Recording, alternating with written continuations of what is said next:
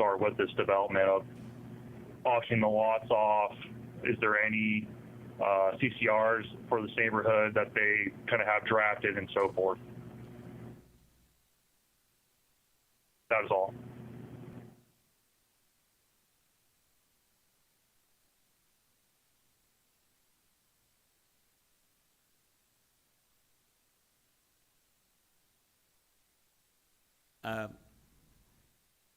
Mr. Sandy, as far as the use of the property, I don't think that's part of consideration of this board, so I cannot answer that. That would be the developer. Fred, do we have anybody else online? If anybody else would like to speak, please raise your hand. Press *3.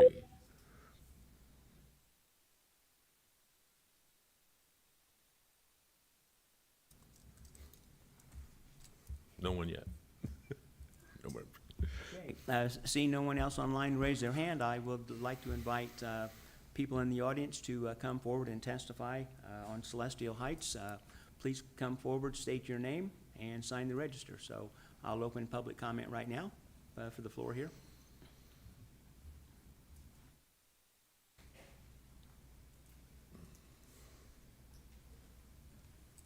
Gordon Richmond, Gordy Richmond, R-I-C-H-M-O-N-D. Thank you, sir. And what I had pertained to, other than what the postponement was for, I think. So let me get this arithmetic done here. Bear with me, I don't do this much.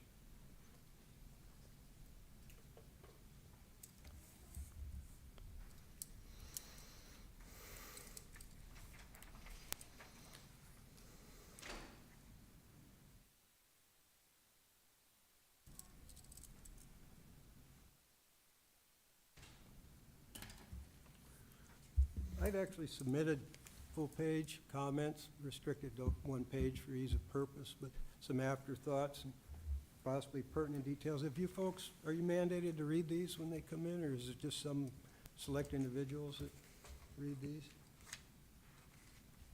No, if you submit those in this packet, we as the board Okay. get them. All right, just want to know if Yes, people sir. were familiar. I don't have a packet, this is my copy, so I don't know where it is in the packet for the audience or online participants, but I wrote it in as a concern pending more information, but it would be objectionable otherwise. And it was concerns around the covenants, size of lots and the covenants, basically is what it boils down to. And I just heard that that's not a concern at this level. It's up to the developer. Who decides? Do you then have to reapprove it for multifamily or commercial or anything in that? I know it's unzoned out there.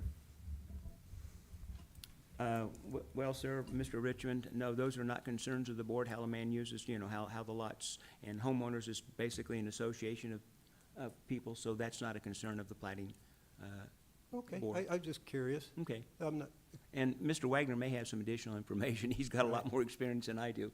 Mr. Wagner? Yeah, in order for multifamily, they do have to go through an approval process through the development services side.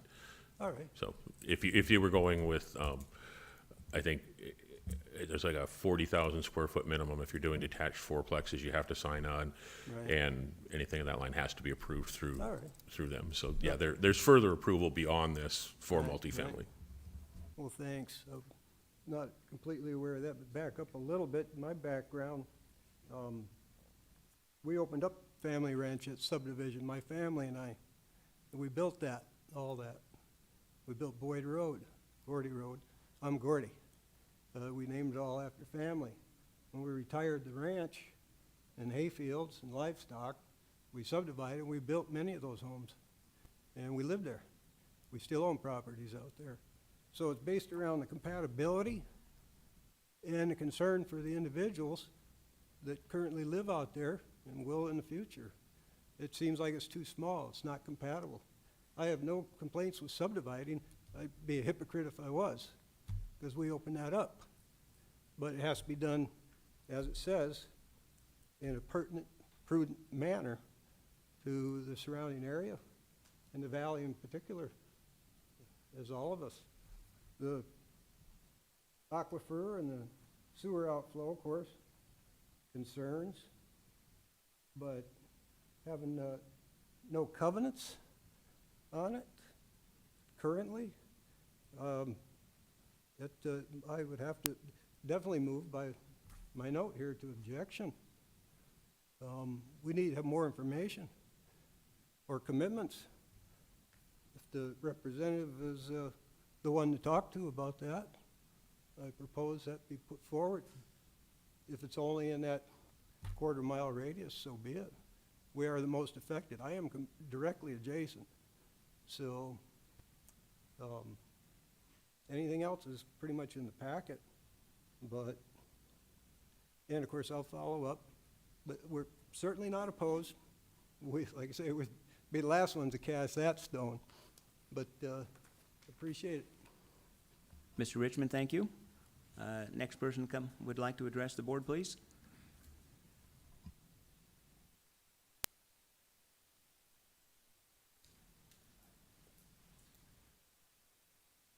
Hi, my name is Denise Gates, Gates, and I'm a resident of Mountain Glory Heights. I would like to recommend as far as the public notices, because I did not receive one. However, my neighbor right across the street received one. So maybe I'm 1,201 feet. But our entire neighborhood is affected. I would like to ask if for the next meeting, our entire neighborhood could receive a notice regardless of the 1,200 foot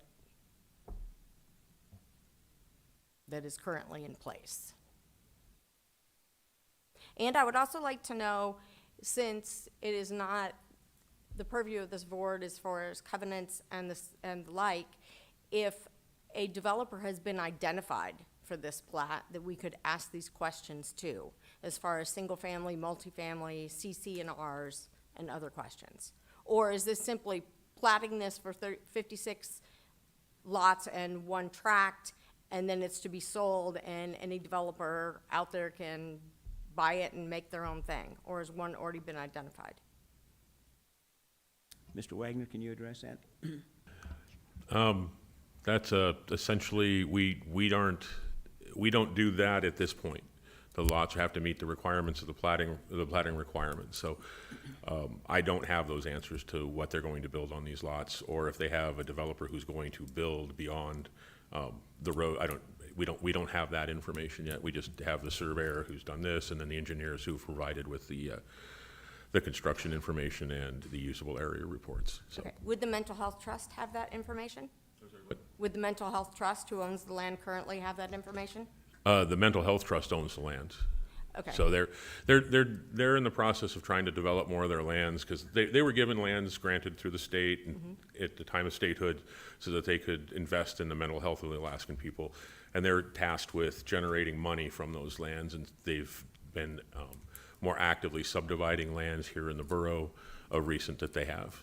So. Okay, so they're petitioning you for the plating board to approve this 56 and one tract, and then it'll be up to them to sell it to whatever developer they so choose, and then the plans for the development go from there? Is that correct? This really isn't supposed to be a question and answer period. If you have specific questions like this, I'm going to answer. But if you have more questions like this, please contact us in the platting division. But again, we didn't receive the notice. We heard about it last minute from someone across the We're going to street. look into that as well. We're not as concerned. If that were the case still, we would continue the case for that as well, for not having notifications go out. We will review. We'll make sure that we had addresses for everybody correctly. We have had glitches, but I think we've been pretty good about figuring out what's wrong there. So I'm fairly confident we mailed out what we were supposed to, but again, we're human, we do make mistakes. The question about the development still. So I don't know what they're going to build here. What I can look at is the last subdivision they did do. It was all single-family homes, and I believe they sold lots to builders separately, each lot. I think they held on to the ownership of the lots, and then they sell them marketed through probably a real estate agent or something, and then individual developers can either buy one or several lots like some of them do. Again, if they do propose something beyond what we call single-family homes, if they go to a detached fourplex, they will have to go through the multifamily code. If they go to any type of larger plex, I think they allow, I mean, you can have a house and a mother-in-law house, or so essentially you could build a duplex and you don't have to get any type of permit through us.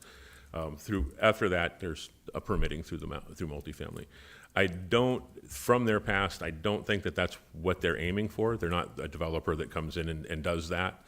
But again, I can't attest to who's going to buy the lots, but that's what they've done with the lots in the past, is they're just trying to sell the lots. I don't think they're building houses, because then they'd have to have, a whole nother set of employees to build houses. They might contract somebody, but I don't think they did that with the previous development that went in. Okay, all right, thank you. Thank you, Mrs. Gates. I hope that answered most of your questions. It does. And next person in-house that would like to testify?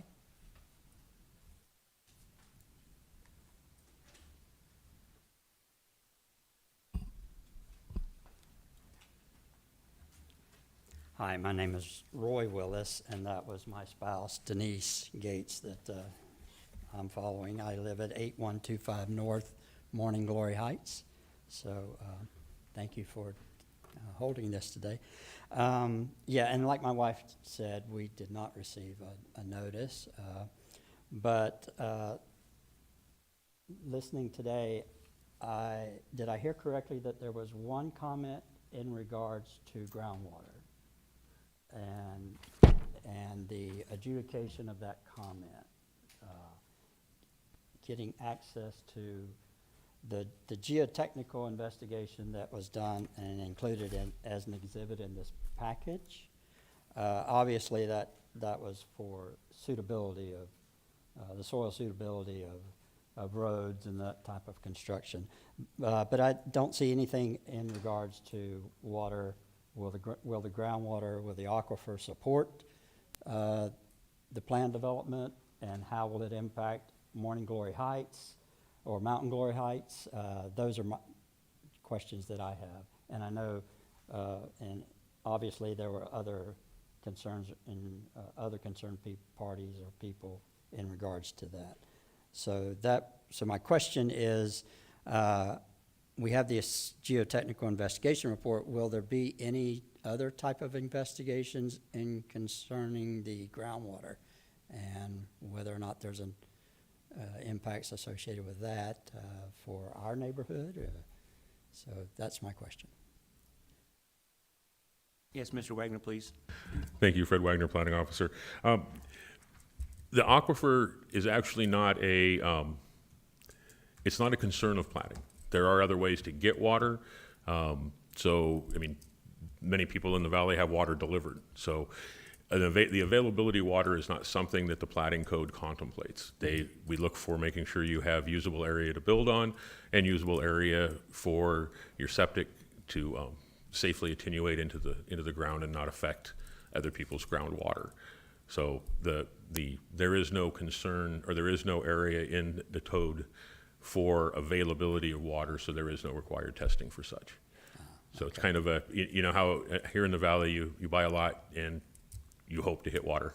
I mean, sometimes you hit it soon, sometimes you hit it really deep. So it's kind of it's not something that our code contemplates, because there are other answers to water issues. Okay.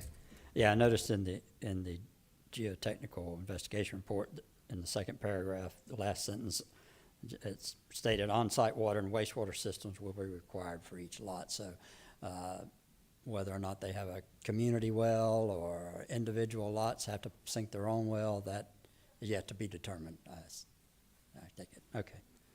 All right. Yeah. So anyway, so I guess we'll just stay tuned for further developments on this. So thank you for your time. Mr. Willis, thank you. Is there anyone else in-house that would like to testify? Please come forward.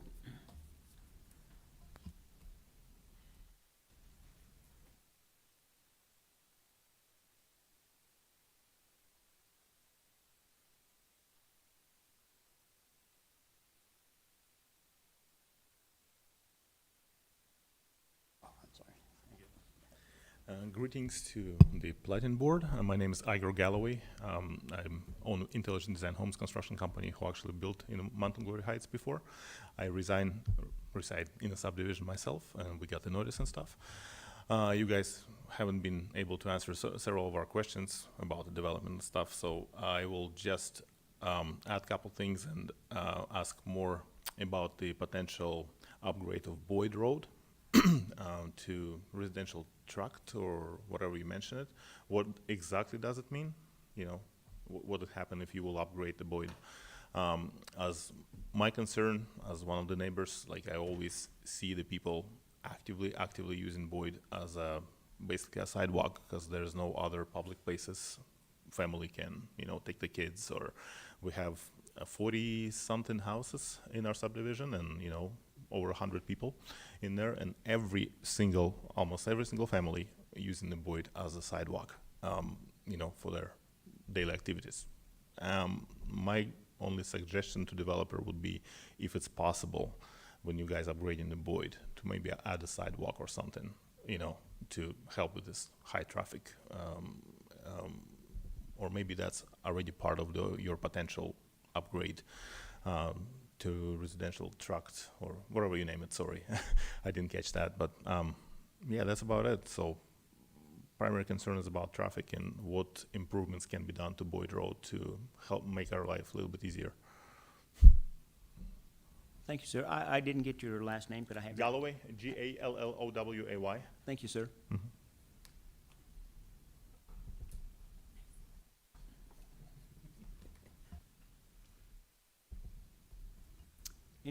Anyone else in-house would like to testify?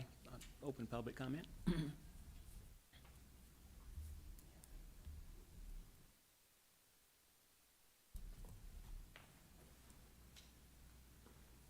My name is Lou Fritz, and I live on Nan Lane. And it seems there's no answers for the water. We've been there almost 40 years, and we have half the water pressure that we had before the Mountain Glory subdivision went in. So now if another 56 houses goes in, are we just gonna be without water? Or where do we find these answers, or who can we ask to find out? I feel like we haven't been told. We're just, you know, nobody knows. You just go find water, but we've been there too long. We're getting too old to go haul water. Well, you asked that question. I think that that question was answered earlier. Mr. Wagner? Yeah, if you're asking for who to ask questions of, I guess with DEC would probably be a good place to start. So they don't check this before they we don't, allow like I this to said, go water in? is not a condition that platting contemplates. It's not, there is no, we don't demand that you have single wells. Water's just not something that the platting code contemplates. There, as I said, there's other ways. There are properties within the borough that don't have water at all, and they're still legal properties. Well, we've always had good water, you know, and now I would talk with ADC, with the DEC, Okay. and see that's where you can start. Again, if you have further questions, calling my staff, and we can see what we can find out as well. So. Okay, well, I have one more question about the traffic. If Boyd was to be made a residential collector road, what would the speed limit change on it from what it is now? I can't answer that question because I don't recall what the speed limit is right now. It's 20 miles an hour right now. 20 miles on board. Boyd, excuse me. There's very few people that observe that. I mean, really, nobody observes speed limits. I found that, recently I've been doing that. I've been following speed limits everywhere I go, and my mileage is actually getting what the manufacturer said I would get on the top end. Just wanted to point that out. I don't know what they would change, if the change in the speed limit would change. I know that the higher level roads are classified for higher speeds, but that doesn't necessarily mean that the Department of Public Works would change those signs to a different speed limit because of the nature of the area still. Okay, thank you. Thank you, ma'am. And next person would like to testify, please come forward.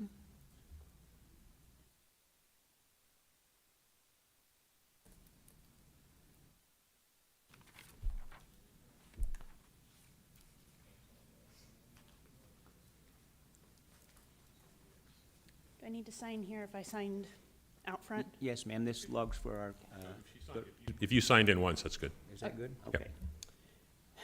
But please state your name. I'm Jenna Deason, Deason. You've seen me several times before. I live on Dale Circle between Wasilla and Palmer Fishhook, and I'm in opposition to this request. First, I'd like to admonish the Mental Health Trust for choosing to subdivide rather than offering a large parcel as part of their regular land sales. My husband and I have been on the hunt for such a parcel for years and watched the land sales in hopes that such a property would be offered in our community. Instead of preserving the rural nature of the Fishhook community and the mental health of the existing residents, they've chosen profit.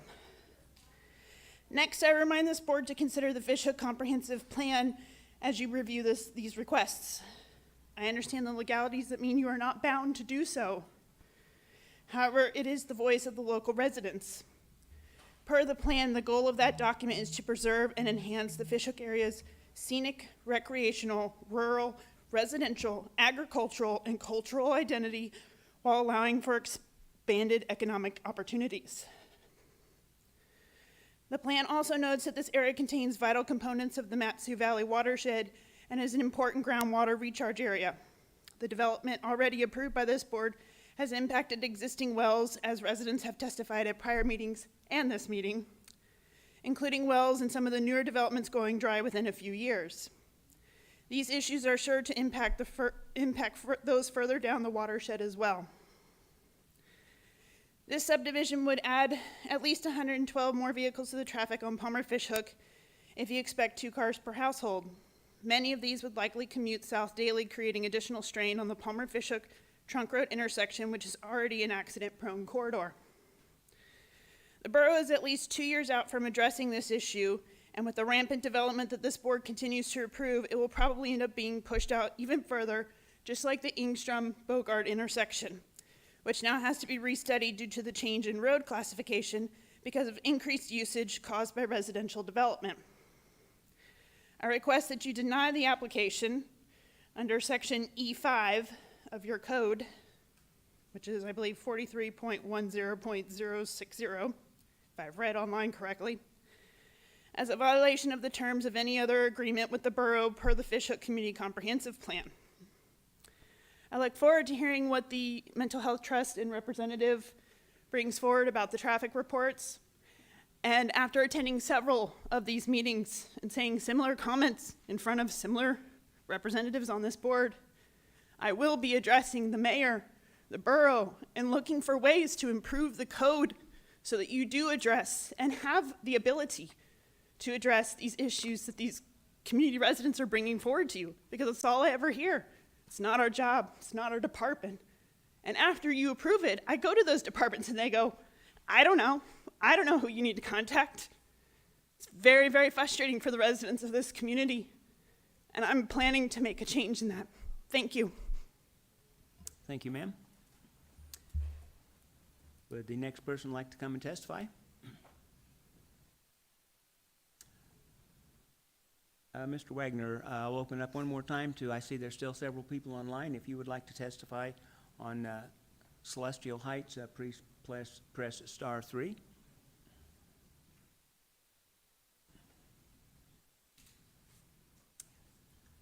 Seeing none, public testimony will remain open. This case is being postponed to time uncertain. So.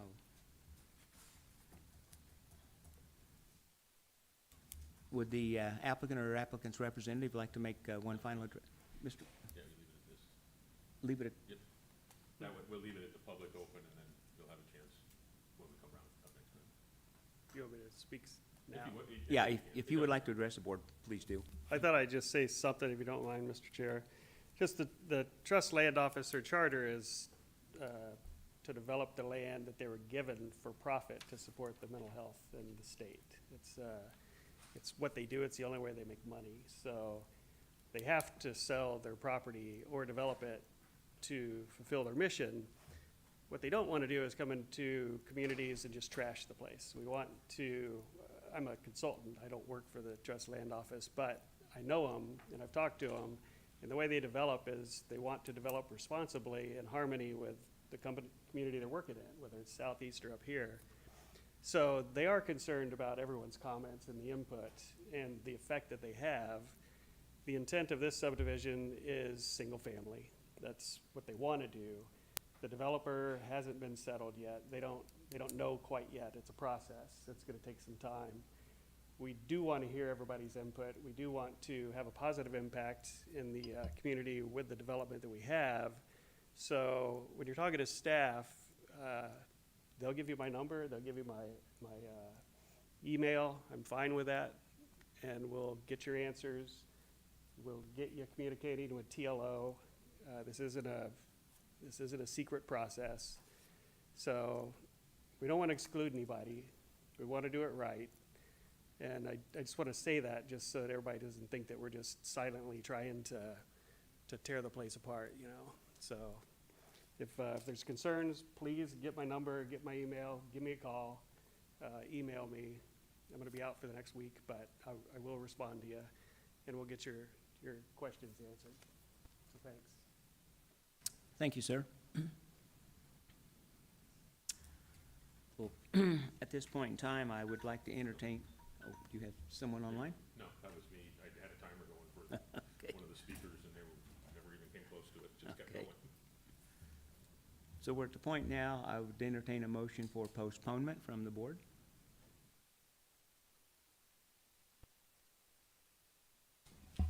I'd like to make a motion to delay and continue on a date certain. Sir, would that be date uncertain? Yes. Okay. I have a motion to continue this, postpone this to date uncertain. Do I have a second? Mr. Bush? I'll second. Thank you, sir. Is there any objection from the board to postponing this to time uncertain? Hearing and seeing none, this case will be postponed time uncertain.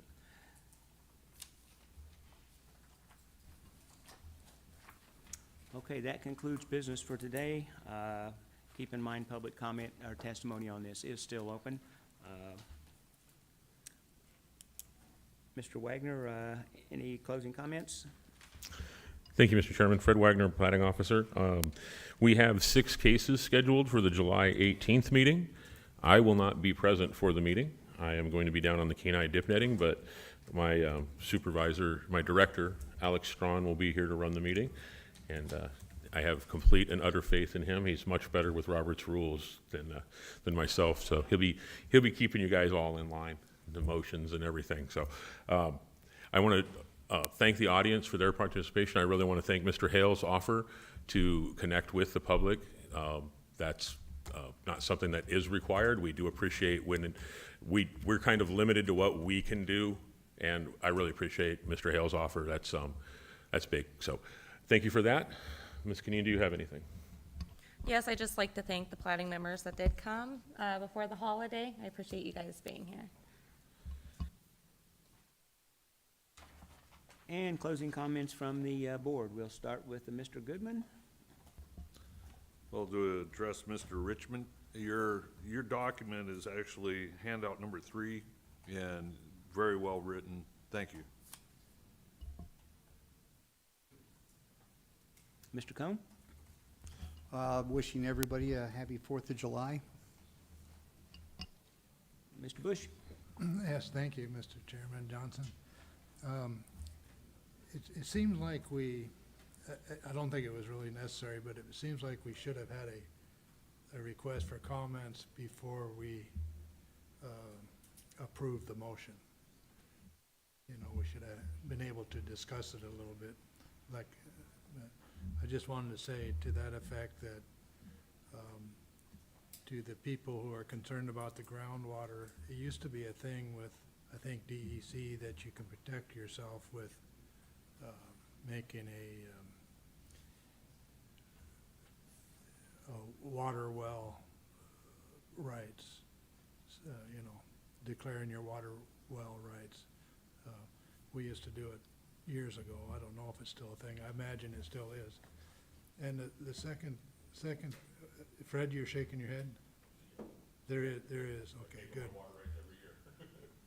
Yeah. And, next question I had was for Fred and the Matsu Borough. If we had one request for additional advertisements to a subdivision that was outside the 1,200 feet, is that possible, or do they need to individually request those? Code does, Fred Wagner, Platting Officer, code does allow for myself or the director to expand the boundaries. The only thing that does worry me with that is that if we start adding hundreds of more people, the petitioner has to pay for those mailings. They have to pay for each individual mailing. I believe, how many did we have for that meeting? There was 58 for this meeting. So it's probably not that bad. Like the one before, it was 300 and some. I don't like to go too far because it really starts getting to be a significant number. We'll look at it and we'll put serious consideration to what, if we're missing some areas or if we think that it would be beneficial for the public to have a wider area. Kind of have to play both sides of that. I mean, I have to see what we're looking at. So I've put a note down here to myself to address this, to look at what we have, what would it entail, and it's probably not going to be that difficult. So we most likely will expand it. Sounds good, Fred. Thank you, and Mr. Chairman. Thank you, Mr. Bush. And it does look like that 4310-065 does have some flexibility in it, so. Ms. Trexler, Have a safe holiday. thank you. And final comment, Mr. Wagner, I hope you catch some fish. And Mr. Wagner, I see we have a new plating staff with us today. Would you make that introduction, please? I missed that. This is Connor Herron. He joined us today. He joined us this week or last week. He joined us. He took when Kayla advanced from the plating assistant position. That position was open, and he was our successful applicant. We've welcomed him in, and we are now a full division. We thought he'd like to get down here and see what we do. So. So thank you for that introduction, and Connor, welcome. Look forward to working with you. And Natasha, I think this was your first presentation, so a very good job. I want to comment you on that, and everybody have a safe and happy 4th. And we are adjourned.